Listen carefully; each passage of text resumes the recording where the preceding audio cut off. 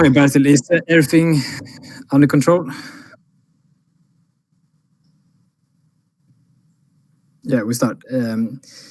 Fabian, do you have any questions to start with? Or because we have a lot of people that send us questions, so...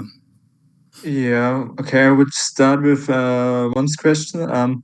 There's a specific situation during January in competition where I struggle with. It's when an opponent in a right row side setting is able to pin my sleeve. I know it's the worst thing that could happen probably, but if I have an opponent who is really good at grip fighting and he's able to grab my right hand or pin it down, Yes. it's hard to get out of it in the new rules because I'm not allowed to break the grip anymore without having my own. So what is a good way to deal with this scenario?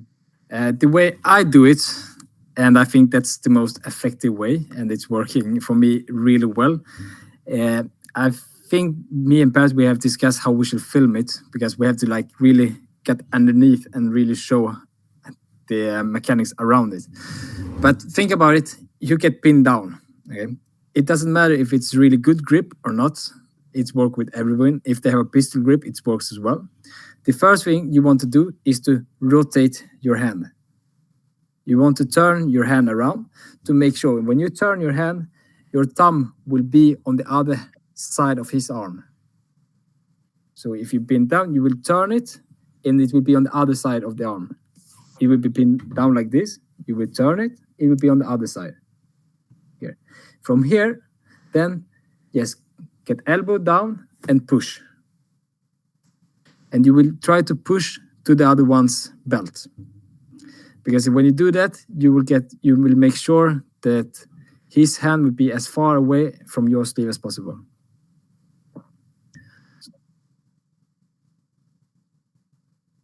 We have it? Okay, good.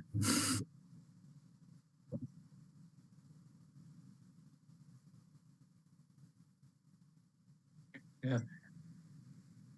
Yeah. Yeah, I mean, so late. yeah, one,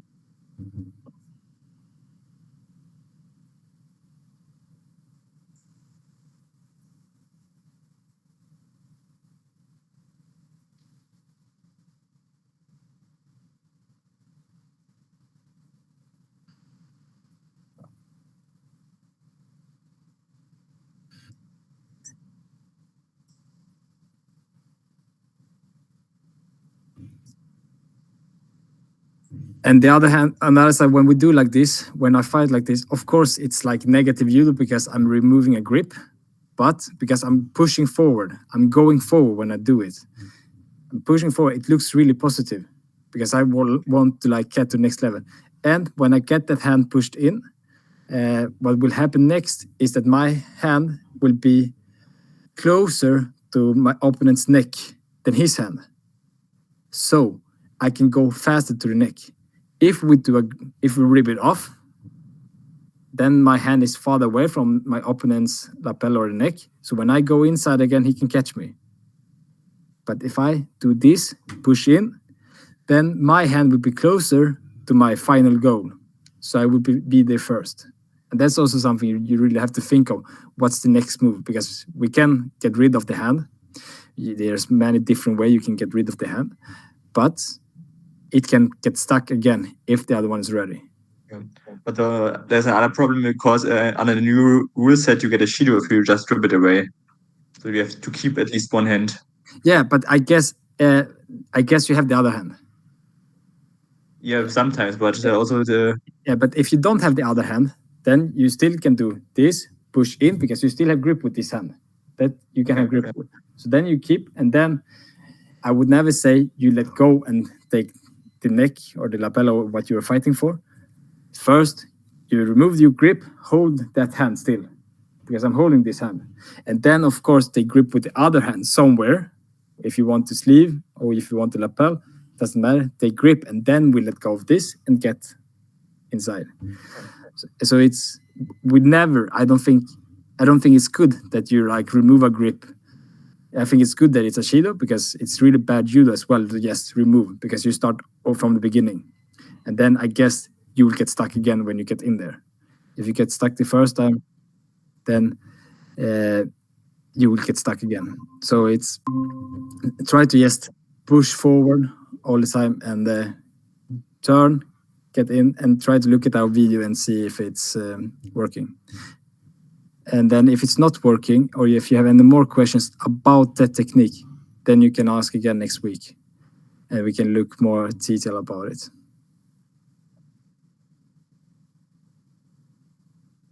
Yeah. Thanks. And then and then maybe you also can be in the dojo, and we can really see how it's working for you, because that's works. It's when you learn it, then that's the only thing you will do, because it's quite easy and it's working on everyone. So of course, like if you just do this, works on 50% of the guys, but this works on everyone, and it's not so hard. You don't need so much power to do it.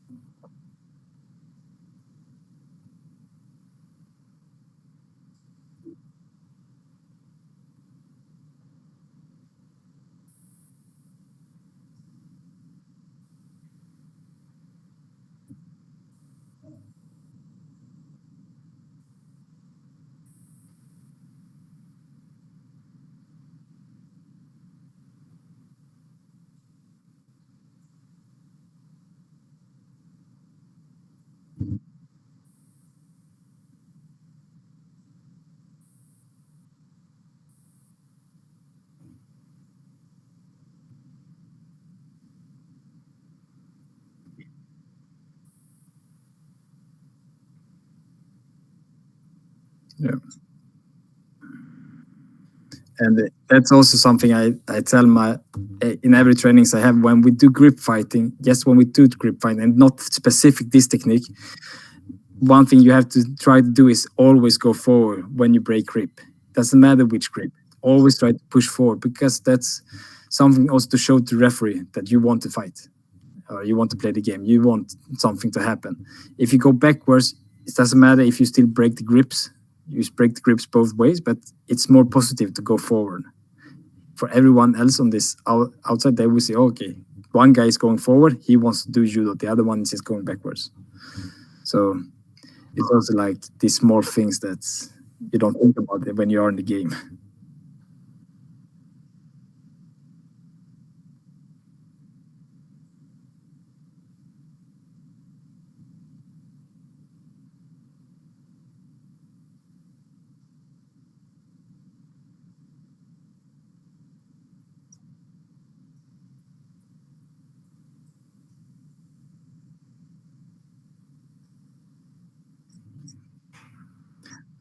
On the same time, it's important that we, when we do grip fighting, we always keep our positions. I would never run forward. I would push forward and always keep my position. If I'm a righty, so I keep my right foot in front all the time when I'm pushing. And at the same time, when I'm pushing forward, we have no weight, we have little weight on the front leg, because that should be adjustable. If the other one turns in, then I have to adjust with that leg and be ready for next step. Okay, thank you. Yeah, helps a lot. I will try it next time in the dojo. Yeah. I think it's really important that you try it, and then you will figure out, oh, I must adjust a little bit, and then you ask again. It's about like small improvements all the time. All right, any other questions from the one who's live?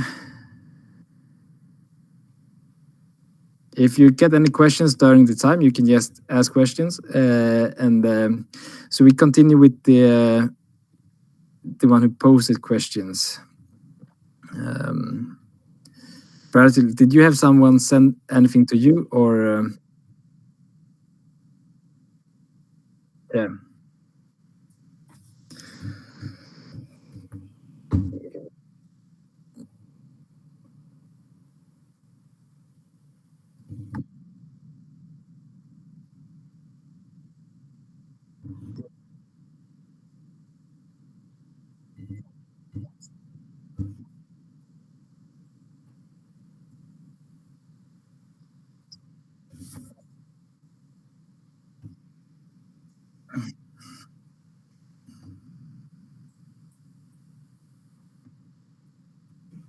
for me, I did, especially in competition. I think like in the competition, in that day, everything you need, you cannot learn any new techniques on the day of competition. You cannot learn a new game plan. But what you can do is that your mental health can be as good as possible, that you really believe in your judo. So of course in depth competition, then I will always try to like talk myself up and really like believe in myself.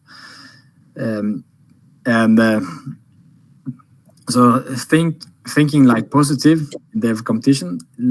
There was a question about mental training as well, right?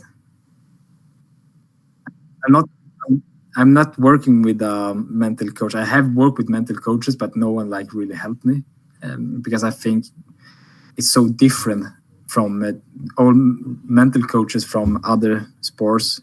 It's so different from what we're doing in judo. Because in judo, you have one on the opposite of the mat that really wants to kill you, and when you lose. You really feel like you're losing. He's been throwing you on your back, on your flat back, or you give up, or he pin you for 20 seconds. That loss is like real for us. In team sports, then you have a whole team that is supporting you. Even in tennis, your opponent, he's 20 meters on the other side. In judo, he's so close. But most times when I work with mental coach, to just have someone to talk with, it's really good to like open up your thoughts. But if that's your wife or a mental coach, it's different. I think it's really good to have, if you want to work with a mental coach, then it's really good to have someone that know what judo is and have practiced it, and so you really can feel or knows what you're going through.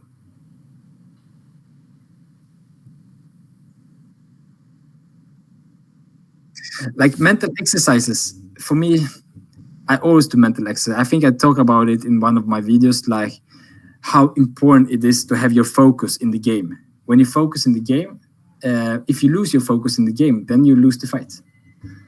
So it's really important to keep that focus in the game. And for me, it was about doing the Sudoku before.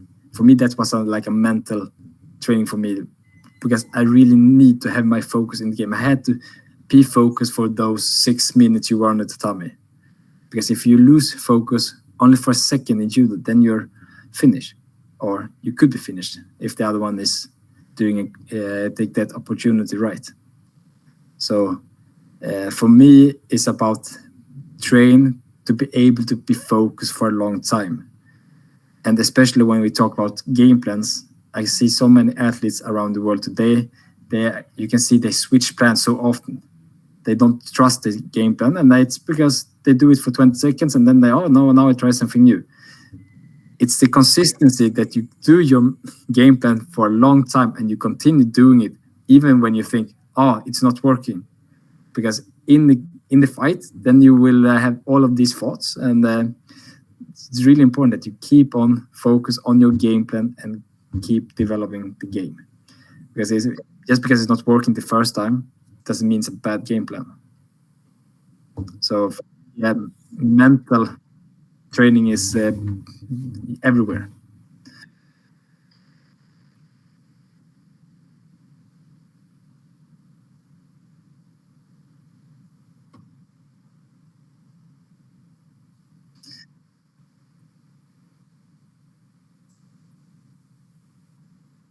Uh,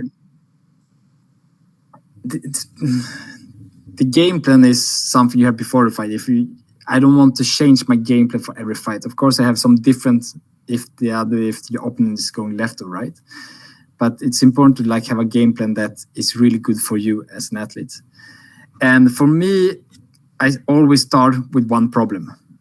I start with one problem that I get from doing run or from competition, doesn't matter, but you have to look into your judo and say, what's the problem?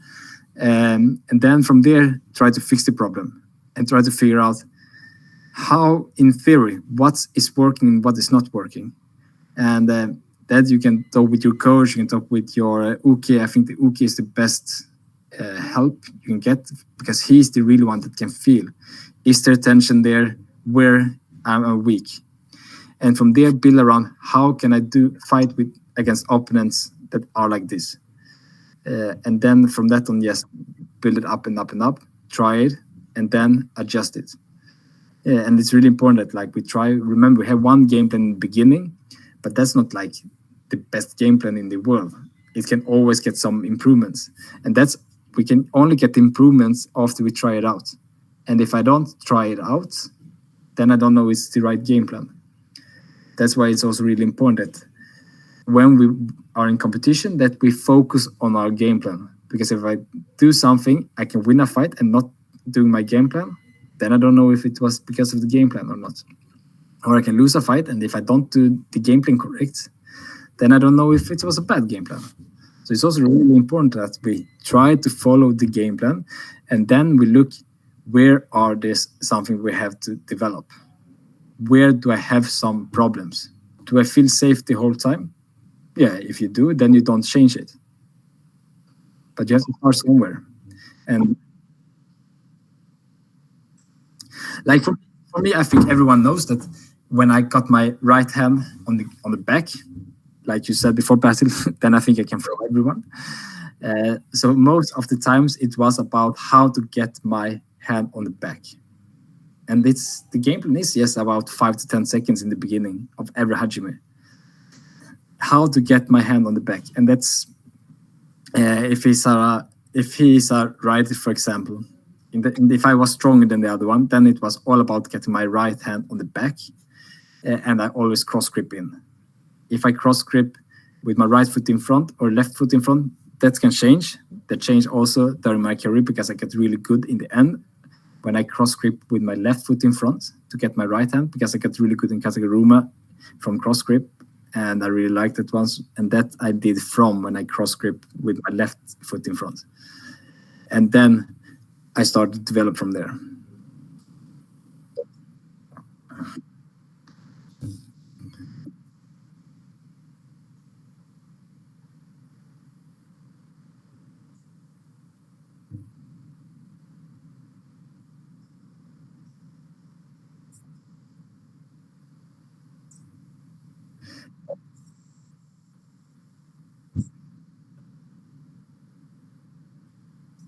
Yeah, I think it's like really important that you always focus on what you want to get better at.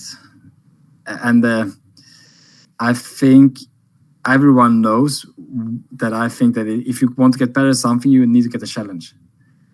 And if you fight someone that's lighter than you, I do a lot today. I do a lot of running with kids, and I still try to get. I don't know why, but I still want to get better at judo. So I still try to push myself and do something really difficult for me, because you only get development if you are challenging yourself. And if you fight with someone that are lighter or weaker than you, then you put yourself in bad situations. You for sure use no force. I don't know how much lighter we're talking about, but if we're talking about really light, then we also have to really take care that we don't do something stupid and fall on them. And I can see sometimes when heavy people are doing judo with lighter people, they want to like let them throw you. But actually when they throw you, then it's getting dangerous, because then no one really have control. So if you don't have control over the fight when you fight with someone lighter, don't let them throw you, because then you will lose everything control, and you actually can land on them and something bad can happen. So try to stay in control the whole time, and challenge yourself, stay to the other side, do some techniques that are really hard for you. Like, we know that judo is all about, like what Yurokano said, it's maximum efficiency. We should never use more force than we need. And lately I've taken an example a lot about when you're opening a door. No one is just slamming the door open and use all their force. When you open a door, you just go down a little bit and then you pull up with minimal force. And that's what we want in judo. We want the minimal force that still can make the job done. And that's with everyone we fight with. If we fight with someone lighter, if we fight with kids, we want the minimal force to make the job done. to still get him on his back. And that's, for me, what judo is all about. And that's why we always want to aim in runnery. In competition, most of the times we want to win. So that's not applying there. But if you want to get better judo, and if you want to do the real judo, then we want to make the maximum efficiency and that is with as little force as possible, but still get him on his back.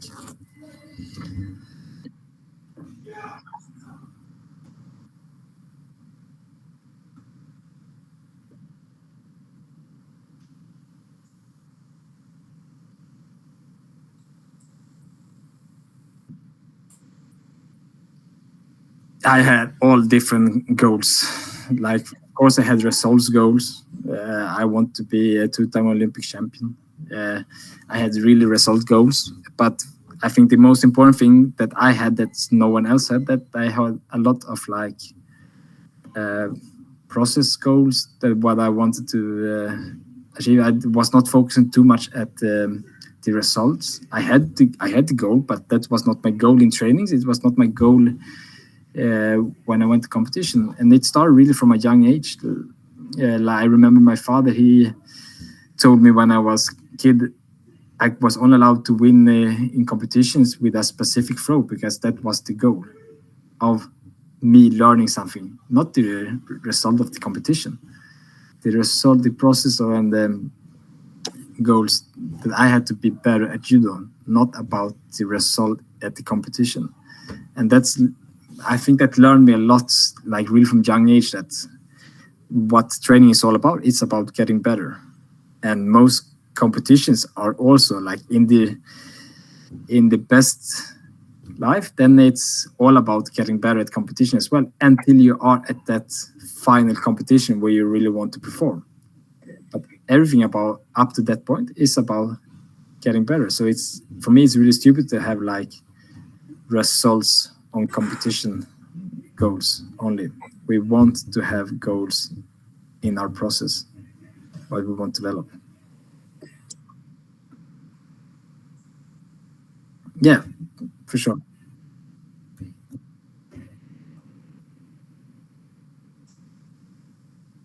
Yeah, as I said before, you have a problem and then you fix that problem. The goal is to fix the problem. The goal is to be better. Like the goal could be you try to especially if you've been training for something at the training. I know that some people don't like to go to competitions, but for me, like, competition is like really where you can test if you have been training on is working. So if you was able to do that thing you've been training on in the competition, and then if you've been doing uchimata in training every for 3 weeks, and then you go to competition, then the goal is to throw the uchimata in competition.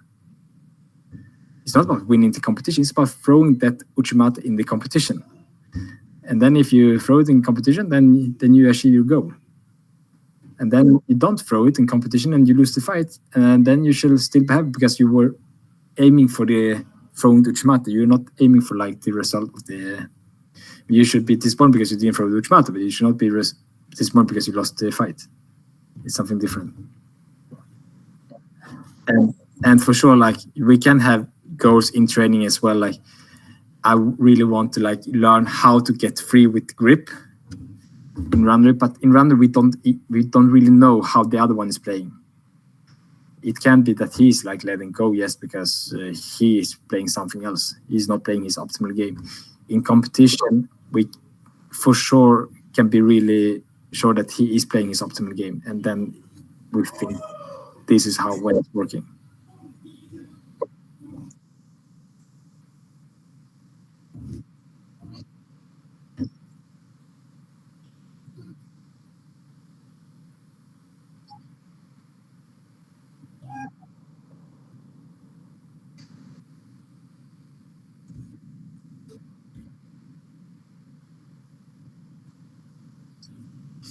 Yeah, those people you have everywhere, and it's a little bit different if it's in your club or if it's in a training camp. Like, mostly if it's in your club, then you have to talk with them and like really explain them how we should think when we do runnery in this club, so we both develop. Because it's in a club, if you do it every time with them, runnery like this, then it will be no development because you will stop at the first level. So it's really important. Like you will stop at the first step. You don't think the second step. And that's how I'm thinking about judo. I want to be a few steps ahead. And in the trainings, I'm training those steps. And in the competition, maybe I only reach step 3, but I'm ready for step 4 and step 5 if he's reacting the correct way the whole time. If it's in training camps, then you just handle the training camp and do the best you can in that runnery. I would not say that you should try to explain for them in the training camp that they have to think more about playing a nice runnery. Then you can just do some runnery. What? Sorry? Yeah. If you start like, you have to, you're not allowed to do that. You're that cheater. It doesn't matter. You have one of those runnery in a camp, and that's fine. So.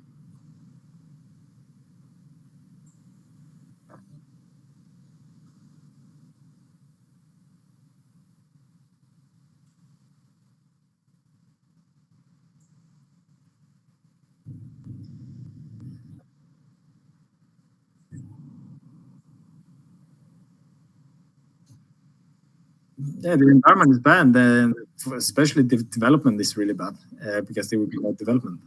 They will just, I think some people think that you have to be really tired you have to do like a cardio session in the runnery and think, oh yeah, I have to be finished afterwards.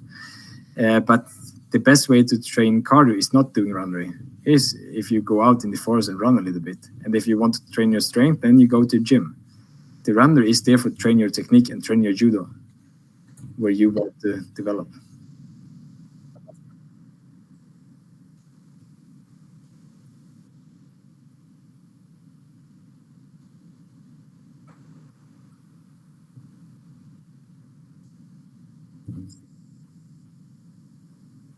Yes.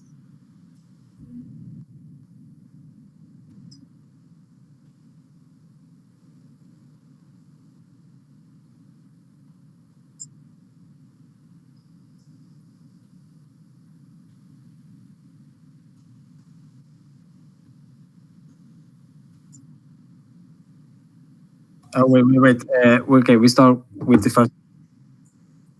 Why I don't end with elbow? Yes, because then you have to get deeper. Like if you don't enter with the head, then the elbow can still be stuck on the other side. If you want to enter with elbow, you have to make sure that that elbow goes in, and then comes the head in. I know a lot of people is doing it today, and of course it gets a little bit tighter, but it's still, you are losing time because you have to get deeper. It takes longer time to get in, and I think it's more difficult to get in with the elbow than just put the head inside. That's why I can also do it with the elbow, but I think it's most effective to do it with the head, because that's just a little head goes in. I think also you have to be more relaxed. I do it from stiff arms. I pin one arm down and the other one pin the other one arm down, and there I do it, and then it's really easy to just put the head in instead of going with the elbow. Okay, same next question about same question.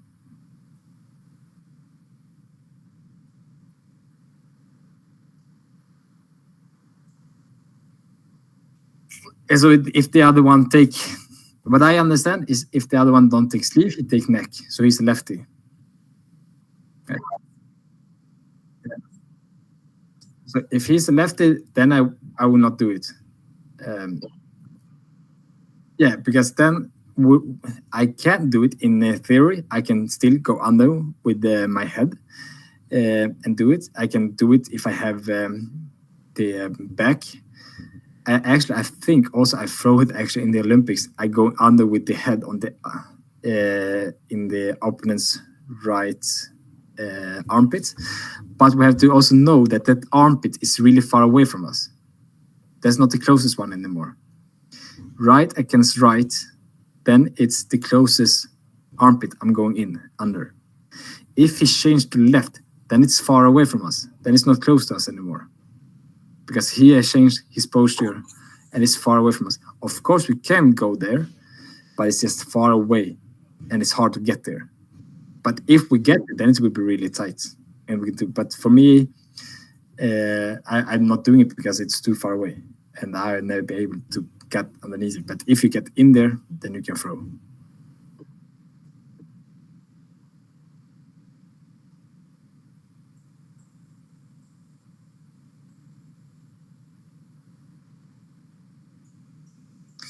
Yeah, that's the same question there. Like, we go to the armpit closest to us, and I have got that same position where both sleeves are pinned down against the lefty. That's not so common that it happened against lefties, because actually no one wants to have that grip. But against righties, right against right, then it's a quite common situation where both sleeves are pinned down. But it's happened against lefties as well. And against lefties, if it happens against lefties, then I actually go for the other armpit, because that's the closest one. For me, it's also like doing a technique on the wrong side. I have thrown in runway against lefties, but I don't think it's my best side to do the technique from that armpit.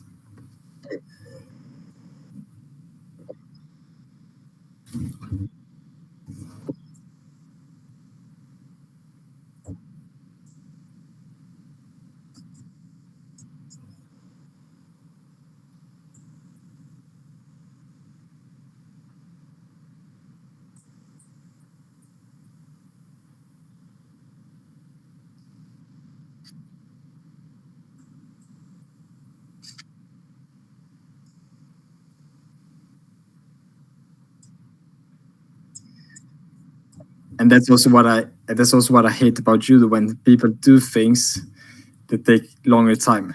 It's not effective enough. You can look at it at the when we call it the little step in the school. You look at that video, because the little step is something that I can see that many athletes around the world, they're doing a little step that just take time. And I working so much about removing that step, because extra step takes time, and that makes also that Uki can react. Because for me, it's a game. I play something, my opponent is playing something else, and if he has more time to react, then he can do the best game all the time. I want him to have like speed chess. I just want him to like play really fast, so he do something wrong, and I know all the moves because I've been there before.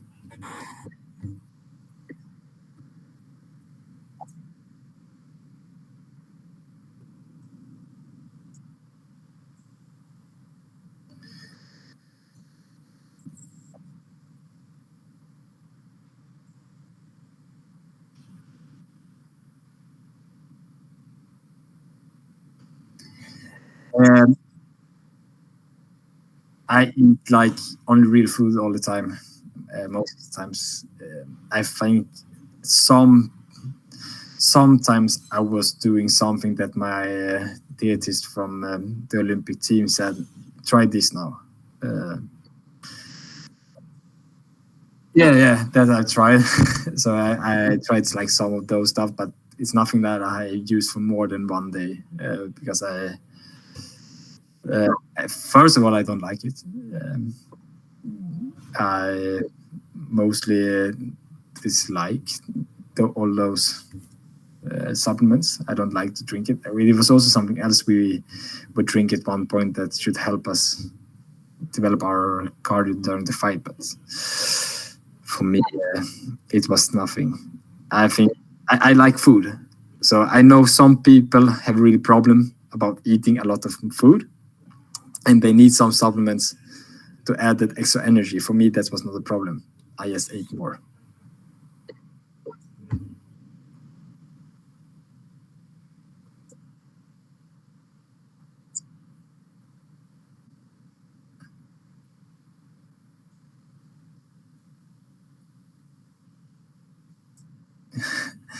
The shoes word really matters for me. I,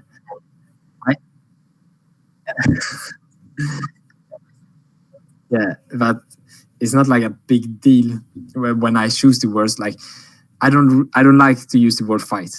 I do it sometimes when I talk because it's like normal we do a judo fight, but for me it's a judo game, uh, and I like to use the word game, and that's because, and not because I have like some personal thing about it, but it's also like for the students to understand it's a game, because so many people think it's a fight when you just go crazy and you don't think about anything. For me it's a game.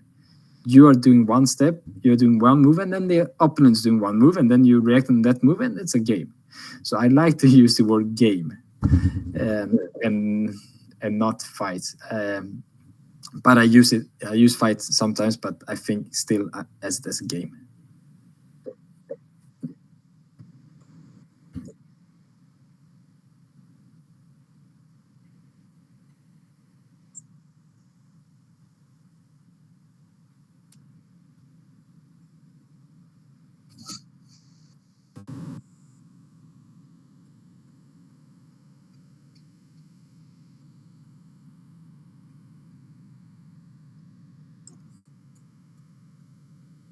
I think for the long run, what is really important is that you have someone to play with, um, someone to play runner with. And I lived in Copenhagen for 6 years. It's also where I learned to know Brazil, and he was part of my judo club. And I can tell you this, that in all my trainings, I always had someone to run with. I always had a partner because everyone liked to fight with me. There I said fight again. Everyone liked to run with me because they knew they got something out of it.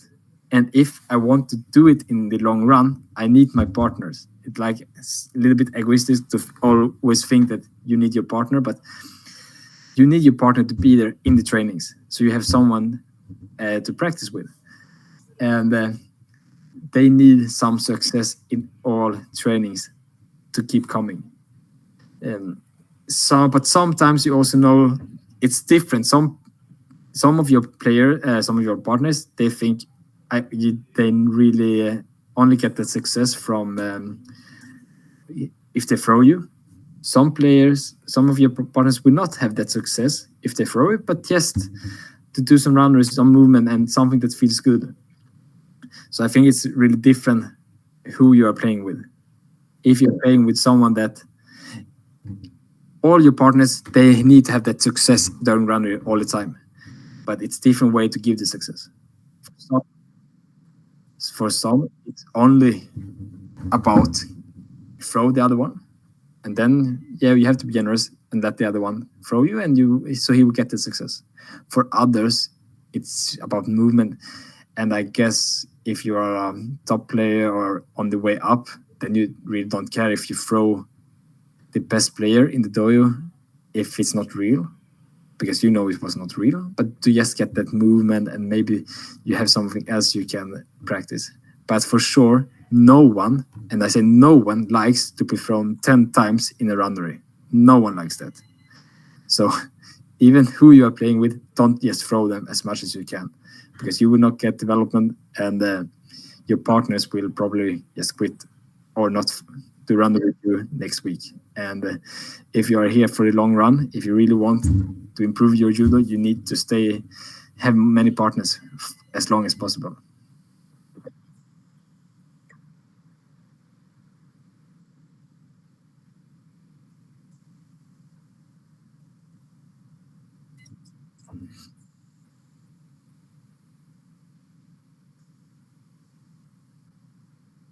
Yeah, because that's no challenge for you then. If you can throw him 10 times with the same form, that's not a challenge for you. So you will not develop.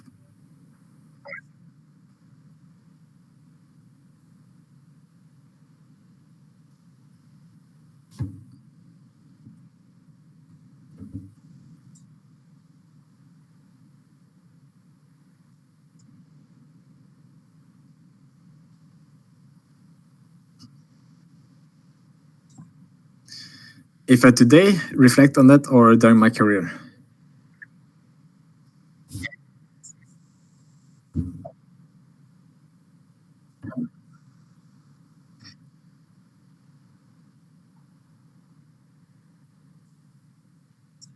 yeah. Like today, it's just because I love judo. I love judo. I love it so much. I don't. When I start talking about judo, then I start to smile. I think I met some friends. We were at a dinner party last year, and then some of my friends they told my wife like, but Tommy, he really loves judo because when he starts talking about it, he just starts smiling and that's the feeling I have about judo. I love everything about it, and I don't know why, but it's just something I love. I think it's because you always can challenge yourself, you can always improve, and you can see the improvements everywhere. And I love challenges. If it's something is hard for me, or if I have judo is not hard for me anymore, but I can still be in a position where it's hard for me as a player when I do it. And I love the challenge, and I love the challenge I see when my students have, how we can improve from that. Yeah. So now I just continue doing judo just because I love it. And during my career, then I had some times I questioned why I was doing judo. I come from a family where everyone is doing judo, and my father and the mother, they were judo players, and I was born into that. It was never my shoes, but most of the times I really loved judo. I really enjoyed it. But of course, in the end of my career, I was traveling a lot, and I was away from my daughter, and then I really started to question why I was doing it. Because I was so much away from my daughter.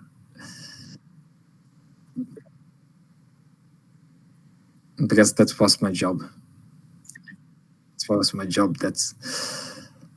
But I think it was good that I quit so early, because I quit so early. I quit when I was 29. I had a lot of good years in me, but that's also, I was never tired of judo. Like I had that feeling sometimes when I was in training camp, why I'm doing this. This is the worst. I just want to go home.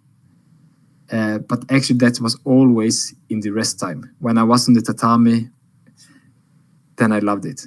I really loved always to stay at the tatami. And when I was professional athlete and I was home in my dojo, it was always easy for me to go to dojo. It was a place where I loved to be, and I missed it when I was not there.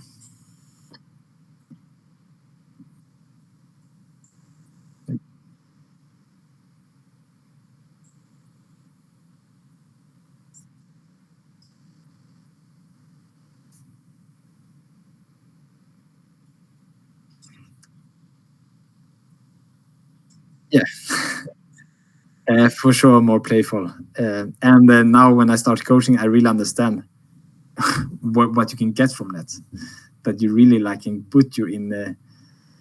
If you play with someone, that I always said it in my YouTube video as well, that if we play with someone in lower level than ourselves, then I can decide what I want to train. I can really decide. If I play with someone that is better than me, then it's my opponent that are deciding what we gonna play today. We gonna play what he wants to play. So for selfish, it's always good to play with someone that is in low level, that you really can decide what you want to play. And then it's really good if we have a runnery with someone that is open-minded and is playing judo, because playing judo is the best way to learn something new. Playing is the best way to learn anything. If you play, then you learn best. And my brother and I, we were playing a lot when we were young. We were playing judo so much, and that's really made me and him. We think judo so different than anyone else, because we were playing it and we learned it so fast, and we learned all different angles on judo. Like today, when I talk about judo, I know judo today. I know all different angles. I understand how the force are working because I play this. I think so. For sure, play judo. It's way to the strong. You only need to get a reality check. Where are you? So you don't get that shock when you end in competition. For me, yeah. Yeah. So I think for me, it's important to have both because you don't want to get the shock of fuck, he was strong during the competition or what, he's not moving now. You have to get that in training as well.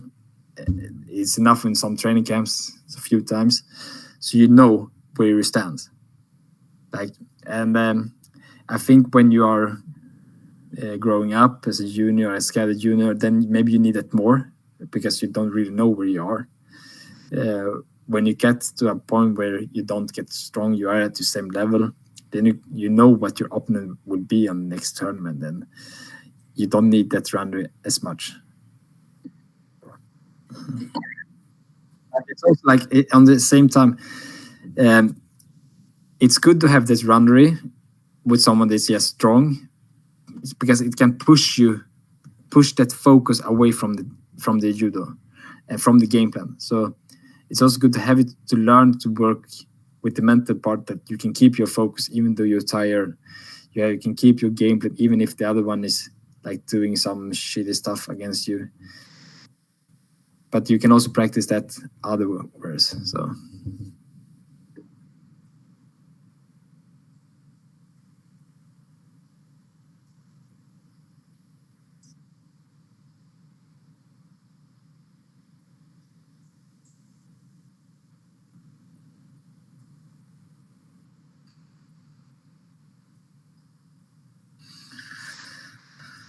like the best way is that you are doing a playful fight with someone that is as strong as you. Like both the open. And you can have a playful fight. You just have to agree with some terms how you can play it. And I try to learn out, like, think about it, that you are entering for Nuchimata, for example. You can throw him, but you can also let him escape. Like you can choose, and I let him escape from the Nuchimata. He will then adjust a little bit and do something against you. And then we are on the second step. And then he can also choose, shall I put him down or shall I let him escape? Because of course you can let him escape. But if it's your shoes, you can choose if you want him escape. And if both are playing, let him escape and see the next move. Then it's a playful fight. You are letting him coming into you, let him do all of the technique, but not putting that final touch. And I had always like played like this because when I was growing up, I was doing a lot of runner with my brother, and I was always the stronger one because I was 4 years older. So I was letting him escape, and we could always continue playing all the time.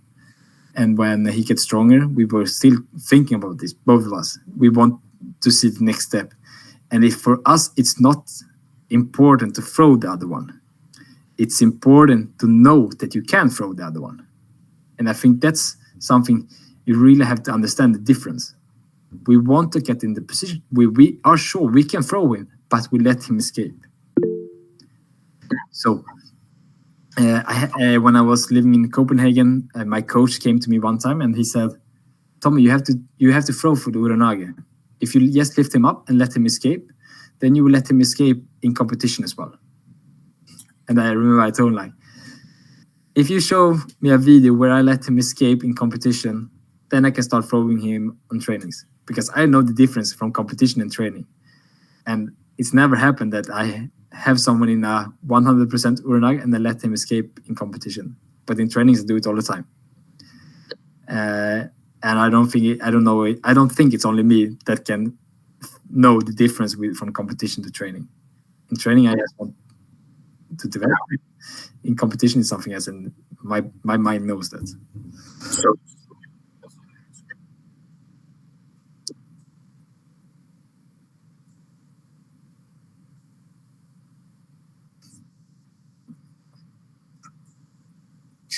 like, I don't know. Of course, if you start playing for the first time, then you can make some rules and you can talk about how you want to have the runway. But like with my brother, then we've been working so much together for so long, and we don't have like discussed the rules. We know. It's something we develop ourselves. And for me, when after I moved to Copenhagen, then I needed this runnery with someone, and I was always the best guy in the dojo after I moved there.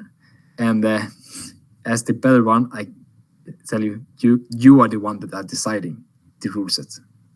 The better one is always the one that deciding, because he's the one that can let the other one escape, and he's the one that can escape in all the situation. You can always play so many moves because it's the better one. He can choose if he wants to continue playing or if he just wants to finish the other one.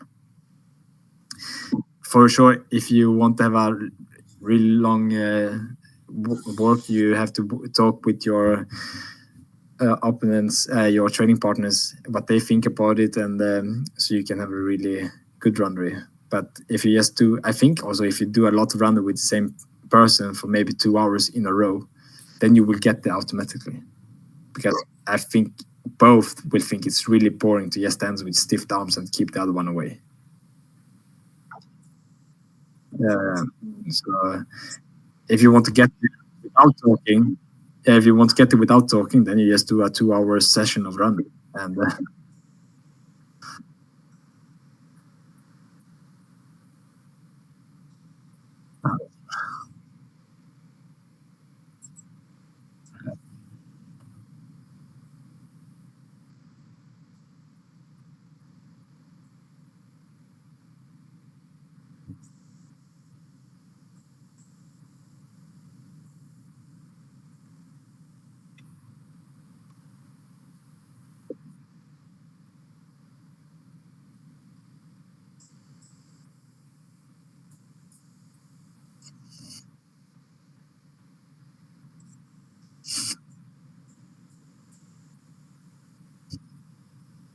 I, I don't know.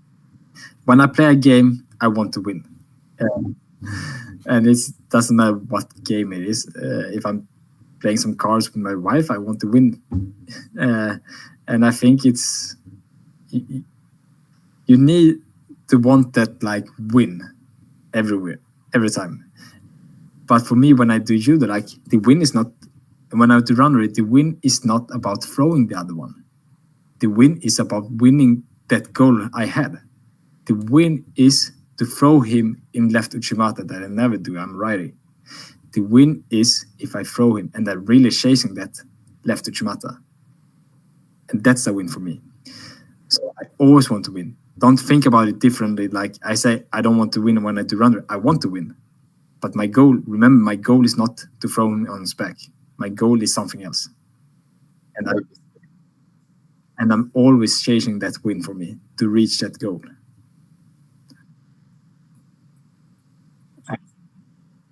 Yeah.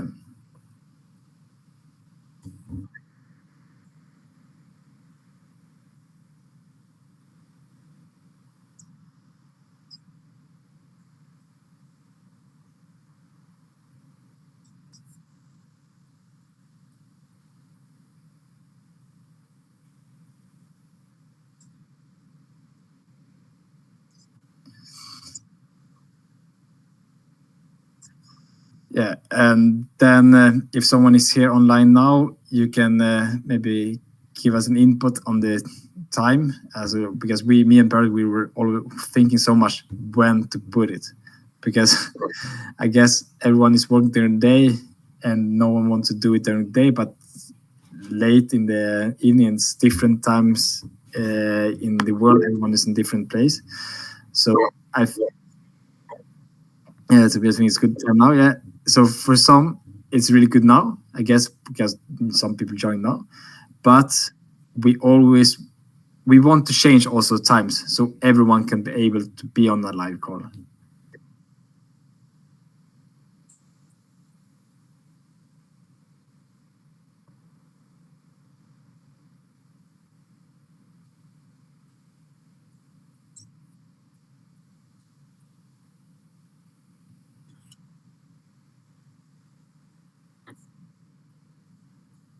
Yeah, maybe a short one. I played a bit around in runner with the best grip in the walls. And I had that one really guy that is really good at Kataguruma, and he always dived under the grip and throw me with Kataguruma. Is there something that you can do about this in the situation? Yeah, for sure. He's doing against your right, and he's doing it against your left arm or against your right. You know, against my right arm, if I go around the back with the best grip in the world, if I tried that one, and he ducked under this arm. Oh, And so you go another right, time for and he's Kataguruma. doing like this new Kataguruma when you go under. Yeah. You have to catch him, and for that, like I do it a lot, the best grip in the world, and there's I did a lot with Pukarashvili, Shamil, and he's always doing that Kataguruma, and I know that he's doing the Kataguruma, so I know I cannot stay in that position for so long, so I do Sumi first, as Yukusumgesh before. And then we are working in the same directions. Because he's pulling the same direction as you are doing the Sumgeshi. So it's about getting first down, the one who's doing the technique first. Do you understand? Like,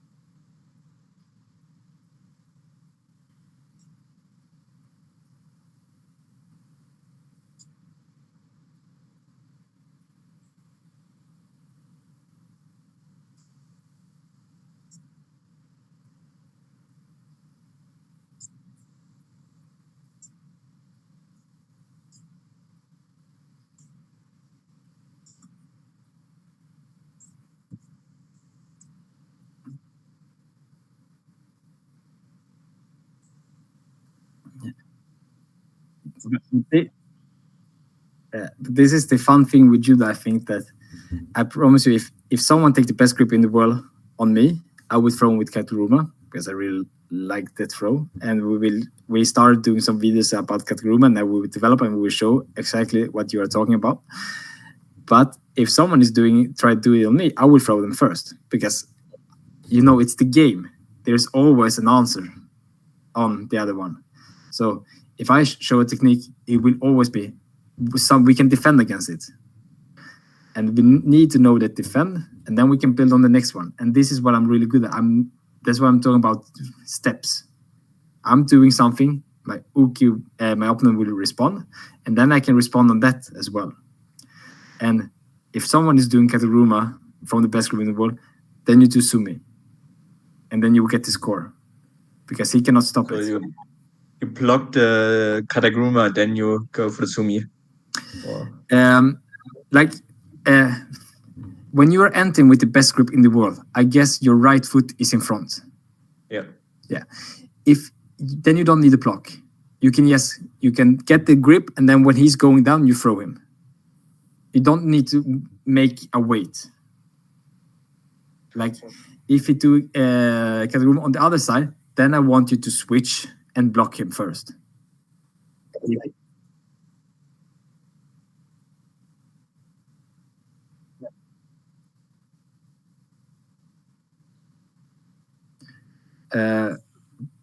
He's going under your right arm or left arm? Right arm. So right arm. Okay. Yes, Bertil. I was thinking if he's doing Kataguruma Dada. Yeah, if he's going right arm, then you have to switch.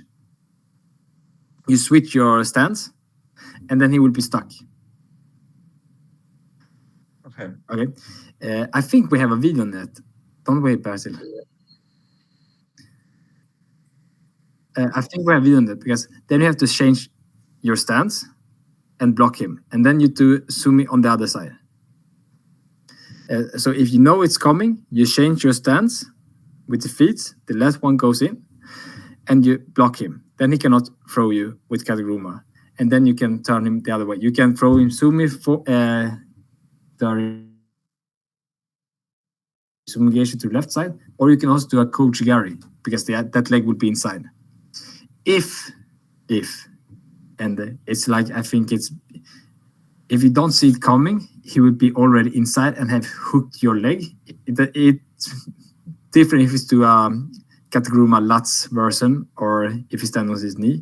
But if we go down and do what most are calling the Lats, do you know what I'm talking about? When he go down Yeah, on Katagruma. yeah.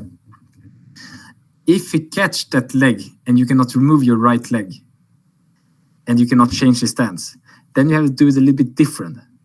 Then you have to stand on that leg and rotate, turning against him. Yeah, so making a big step with the left foot. Big step forward with the left foot and turning that. And then sometimes I think you can get a score out of that if you really show that you are like flipping him over with your leg as well, because you are also changing his direction. And if you change his direction, it's a score. So it's like a big step forward with your left foot, and but that I would say you only do that if your leg is really stuck. First thing, the best thing is to change and make sure the left foot is in front so you can block him. But it's risky. Nice.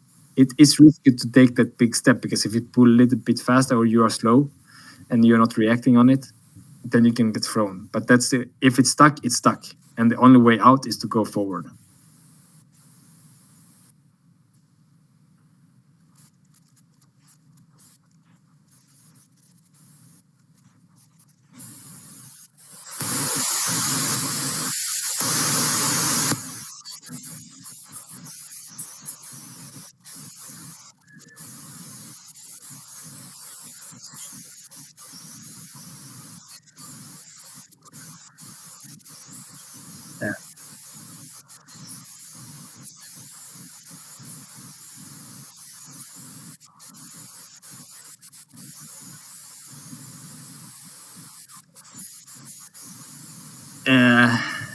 For me, it was almost the same warm-up in all the competitions. Of course, it's a little bit different when you are here as a small team.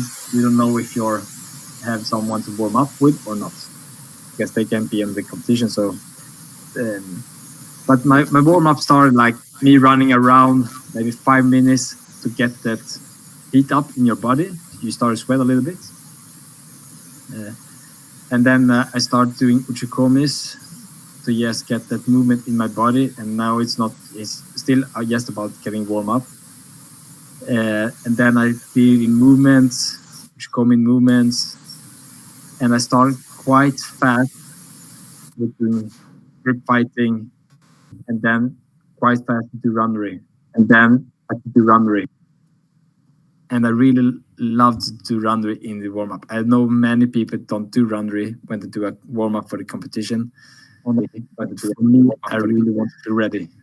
So I want to do runnery. And I did runnery for a long time, so I can. And I did runnery for a long. Now I can hear myself. You can see here. 1 second. Okay. So I did run for a long time, so I could get tired. And in the end, I did some really speed uchikomi really fast. I'm talking more about it in the video. You can see how I did. I'm showing as well. And the one big thing for me is that I'm working a lot with my hips. I'm really working a lot with my hips when I do judo. I think the hips is the most important thing in judo. And so I did a warm up. When I warm up my hips, I hook always a bigger guy so he can be really strong. I hook for kosudogaki and I pull that kosudogaki, and he's pulling the uchigari. So my hips really get warm. And I also do it with uchigari. He's doing kosudogaki to get the tension and get the hip really warm up. Yeah, start slowly. I think it's in the film as well, the video as well. Start slowly and then build it up, build it up, build it up, because it's not about throwing, just to get it warm. And so.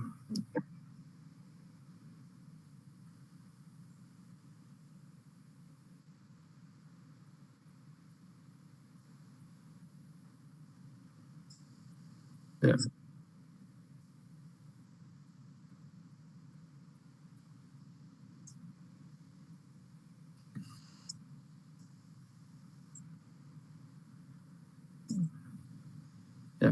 I think it's a little bit different from everyone maybe, but I think really know from me, as long as the training, if in a normal training, I was really good at the end, because then I started to like really feel judo. In the beginning, I followed too much with my muscles, but in the end of the training, it was just pure judo, and I want to get that feeling that I trust my judo.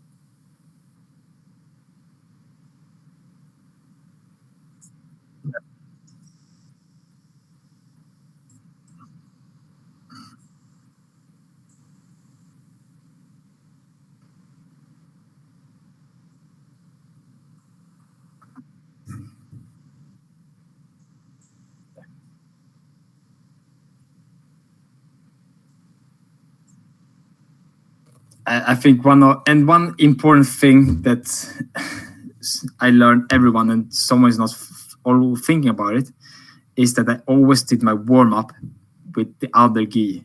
I was not doing warm up with the gi I was gonna fight. I always brought two gis to all competition. Of course, one blue, one white. Often I had white gi because I was seeded. I always did warm up with the blue gi, because the blue gi, the warm up gi will be sweaty and it will be wet, and you don't want to put that gi on before the competitions, because then you will get cold.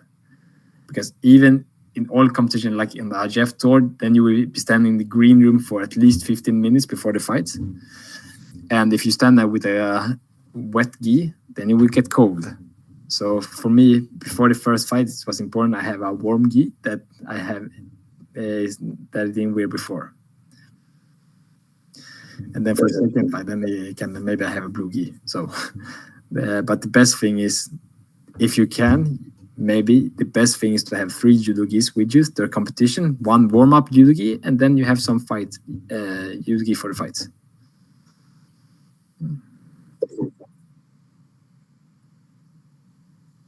Yeah.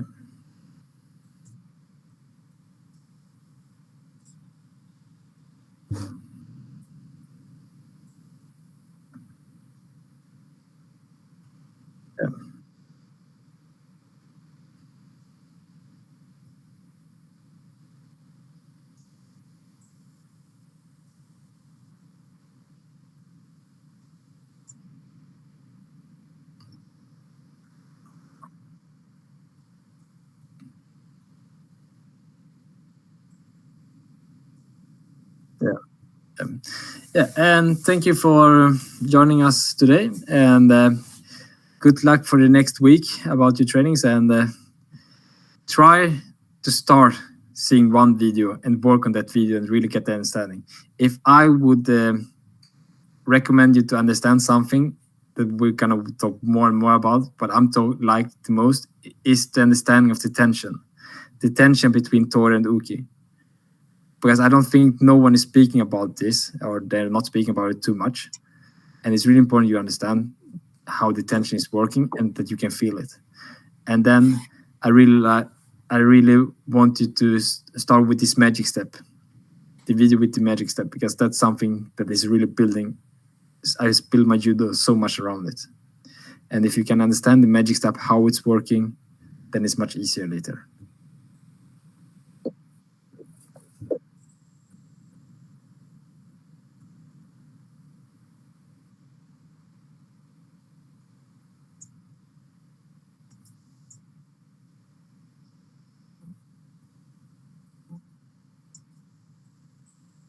And do the magic step.